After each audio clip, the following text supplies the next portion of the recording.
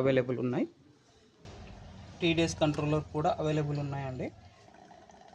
అలాగే ఈ డివైస్ గురించి మీకు ప్రత్యేకంగా నేను ఈ వీడియో చేయడానికి ముఖ్య రీజన్ ఈ డివైస్ అండి. ఎందుకు ఈ వీడియో చేయడం జరుగుతుంది అంటే, ఇది ఆక్వా పెరల్ మోడల్. ఇది ఇందాక మనం ఫస్ట్ చూసాం కదా, సేమ్ మోడల్.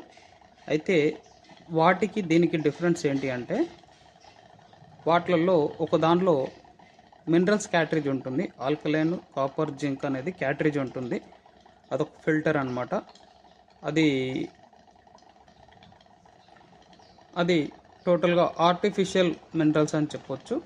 ఓకే, తర్వాత ఇలాంటిది ఇంకొక మిషన్ చూసాం కదా, అది వచ్చేసి నార్మల్ అండి, దానిలో ఎటువంటి అది ఉండదు. సో దీనికి స్పెషల్ అని ఎందుకు చెప్తున్నానంటే, ఇక్కడ చూడండి, ఇది smart TDS RO controller. So ఈ డివైస్ అనేది TDSని ఆటోమేటిక్గా బ్యాలెన్సింగ్ అనేది చేస్తుంది. ఇప్పుడు ఇక్కడ చూడండి,